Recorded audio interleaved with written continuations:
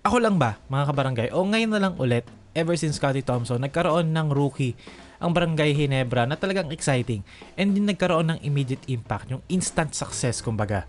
Si RJ Barrientos, I'd argue, okay, na yung pinapakita niya or yung pinakita niya this conference is even better than what Scottie Thompson did nung rookie siya noong 2016. Kasi si Scottie, yes, pwede mo nga i-argue na dapat siya yung nanalo ng Rookie of the Year. Pero syempre, of course, Chris Newsome talaga yung panalo doon. Anyway, si Scottie kasi, nung rookie year niya, nagsimula siya like off the bench, barely getting any minutes. Talagang parang diesel, kunti-kunti. Si RJ Barrientos kasi immediate impact Like game 3, game 4 pa lang. Akala mo ang tagal-tagal niya na sa team. Many would argue na parang siya yung naging breath of fresh air sa buong Ginebra experience in recent years. Kumbaga, if OG Ginebra fan ka, you'd know na yung mga Ginebra players usually may mga charisma yan, may mga dating.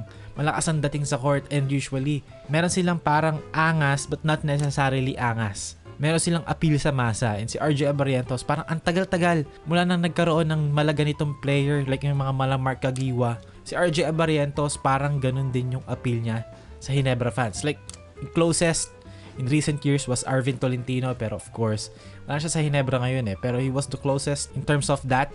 Pero si RJ Barrientos, this conference, he played 24 games total. From start to finish, mula eliminations hanggang dulo ng finals. He played roughly 25 minutes a game, in which he averaged 13.2 points, 2.8 rebounds, and 2.9 assists per game. In terms of shooting, 45% from the field and 35.7% from 3. Yung 35.7% na yun, mataas na yun. That's way above average para sa PBA standard. Actually, hindi ko kino-compare. I'm just saying, 35 is fine kasi si Alan Kaidik, buong career niya, he was around 36% from 3. So 35, yes, could be better, pero ngayon, as a rookie, unang conference, up and down season, maraming slumps, maraming hot streak, 35 is fine. He also had 59% true shooting percentage, which is also amazing. So, itong video na to, pag-uusapan natin yung iba't ibang factors, specifically 3 sa magandang conference sa pinakita ni RJ and anong ilulook forward to in the future. Itong 3 factors na to, ito rin yung 3 part ng laro ni RJ Barrientos na importante and critical sa development niya and ng team in the future moving forward with him. Una sa lahat is catch and shoot threes. Ito yung pinaka-obvious sa lahat. Kahit sa eye test lang or sa vibe check lang, so obviously a good catch and shooter or catch and shoot shooter rather. Sa buong conference na to, catch and shoot threes, he was 27 out of 59 sa 3 points na catch and shoot.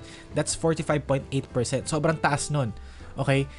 Parang kung tatanggalin mo yung lahat ng dribble pull-up niya sa 3 points, yung sa buong 35% niya as a whole sa 3 points, kung catch and shoot lang, he was 45 or almost 46%. So that's almost 50, halos kalahati. That's elite level shooting from RJ Barrientos. So kung makikita natin sa play na to, he started the possession of the ball. It was Japet and Justin Brownlee 2-man game. Okay? Nag-dive si Japet which caused the defense to sink and collapse. Of course, may Brownlee ka na 2 defenders on the ball. Meron kang Japet Aguilar diving to the basket. So that's already 3 SMB defenders occupied. So dito na lalabas ngayon yung shooting na nire-require sa'yo ng team mo to be effective. Stephen Holt sa corner, RJ Barrientos looking for the right spot, the gaps sa defense, and also Scottie Thompson, nagpapakita siya dito kasi na-trap nga si Brownlee. So, Brownlee kicks it out to Scottie Thompson. Since 3 nga yung defenders against 2 Ginebra players, Terence Romeo had to rotate and close out kay Scottie Thompson, leaving Holt and RJ Barrientos 1 Jericho Cruz. So, may advantage na kagad. Scottie Thompson, inikot yung bola, RJ Barrientos, catch and shoot, rhythm, pasok. Yun yung maganda kasi sa Barangay Ginebra. Yes, pwede ka mag-succeed as RJ Barrientos with the ball in your hands, pero at the same time, natuturuan ka and natututo ka to move without the ball and to exist without the ball. So for RJ Barrientos, na-highlight dito na effective pala si RJ Barrientos. And yun pa nga yung best part ng laro niya, is to be a catch and shoot shooter of the ball. So, kumbaga, you put the pressure away from RJ Barrientos and mas comfortable ka na ilaro siya alongside guys like Scottie Thompson, Stephen Holt kasi hindi necessary na laging hawak ni RJ Barrientos yung bola. Pwede mag-exist si RJ alongside other combo guards and run an offense without a problem. So, dito, triangle offense, okay, pinch post, Justin Brownlee, Scottie Thompson. There's going to be a rebound screen cut. Parang double screen to. Aangat si RJ Abarrientos dito. And since yung defense nga concerned about Justin Brownlee in the pinch post, okay, nakatilt lahat ng defenders papunta sa direksyon ni Justin Brownlee and Scottie Thompson, leaving RJ Abarrientos wide open after ng double screen. Catch and shoot again, rhythm, pasok. And dito naman, RJ Abarrientos with the ball, okay? 2-man game with Justin Brownlee. Okay, defense ng NLEX naka-attach kay Justin Brownlee. So it was a downhill RJ Abarrientos versus the help defense na you shouldn't do kasi you shouldn't help one pass away. Pero ang nangyari kasi dito, iwan na iwan si Richie Roger because of their coverage kay Brownlee. So, this guy had to help or switch. Kung makikita natin, nag-switch sila, nag-veer away si Richie Roger papunta kay Stephen Holt. So, ngayon ang tao na ni RJ yung nag-help galing corner kanina. RJ Abarrientos smartly relocated sa corner, one pass away, ala Steph Curry. RJ Abarrientos catch and shoot, nasa rhythm ulit, movement 3, pasok. And even though he started the possession rather with the ball in his hands, marunong siyang gumalaw off ball kapag kabitaw niya ng bola. Dito naman, Stephen Holt, Japet Aguilar, 2-man game, putting the pressure on Junmar Fajardo to contain point of attack. So, the defense, 2 on the ball, CJ Perez had to help or tag the roller. Kasi nga, 2 on the ball eh. Junmar Fajardo had to step up and maintain Stephen Holt. So ngayon yung dive ni Japet Aguilar, kailangan saluhin ni CJ Perez. And 3 versus 2 ngayon yan. 3 Ginebra players against Jordan Adams and Chris Rosales. So RJ Abarrientos recognized that.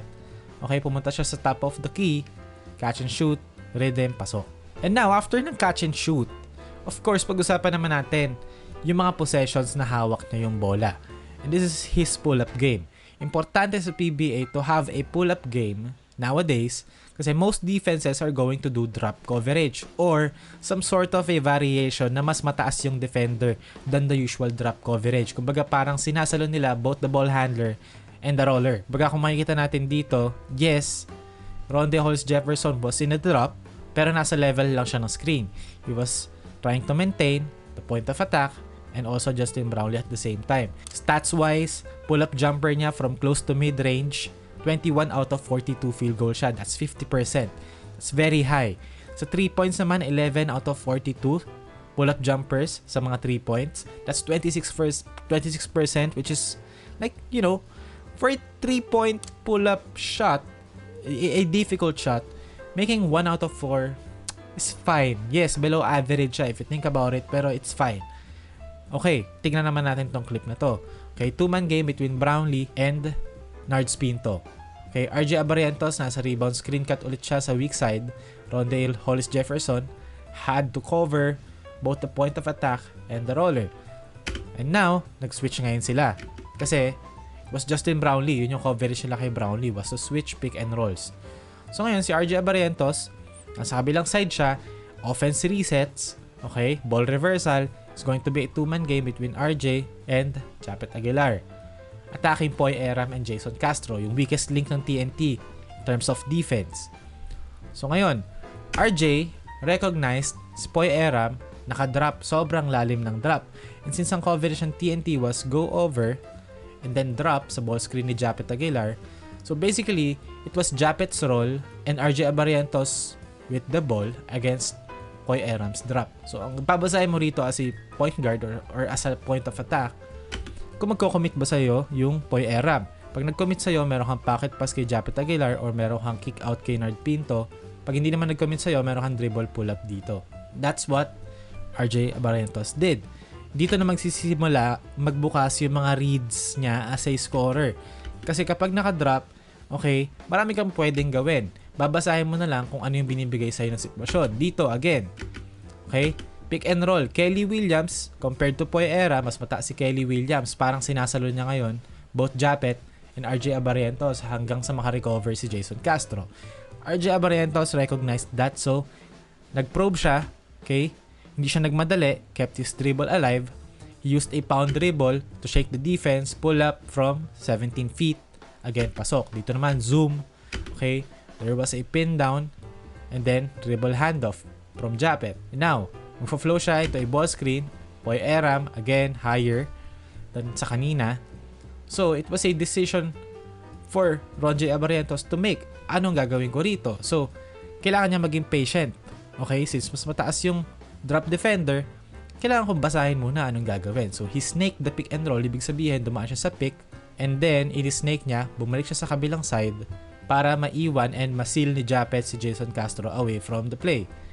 That's smart from RJ Abarrientos. Again, yun yung mga reads. Dito naman, Joe Devance, RJ Abarrientos, nag-go over si Terence Romeo. Junmar Fajardo, nasa drop, hindi sa level ng screen, hindi rin mababa, pero low enough for RJ Abarrientos para mag-pull up for 3. And again, ang laking bagay nun para sa Ginebra and para kay RJ. Kasi the fact na you're able to make those shots opens up the floor and makes the defense adjust. And kapag nag-adjust ang defense, usually ang makikita mong adjustment is a show or a blitz or a hedge. Dito, okay, RJ, 5 seconds remaining, screen from Japet, Moto Tua is going to show. Is going to hedge. Ngayon, magkakaroon ng 2 on the ball. So now, it's Anosike's job or the weak side to tag Japet Aguilar. Pero ang talino kasi ng Ginebra dito, nilagay nila sa strong side si Justin Brownlee para yung immediate help na si Anosike na 1 pass away na of course hindi ka mag-help, hindi mo gagawin. Diba? Double black eye yun kasi Brownlee na nga mag-help ka pa. So it was Marshall Lassiter's job to slow down Japet since 2 on the ball. So now, na-recognize ni RJ, walang help na dumating, easy pass to Japet Aguilar, wide open. And again, dito, okay, RJ Abarrientos, Joe Devance, pick and roll, nag-show si Junmar Fajardo. Now, ayan, meron ng pagka-show ni Junmar, magtatagtong nasa corner, leaving Stephen Holt wide open. Pwede mo nang ibigay kay Stephen Holt yan, siya na mag-extra pass papunta kay JDV. Pero RJ Abarrientos, naging patient siya sa play na to, hinintay niya na bumalik, yung tao sa corner, sa Evan Nava, at saka niya binigay kay Joe Devance wide open sa ilalim. So, ayan.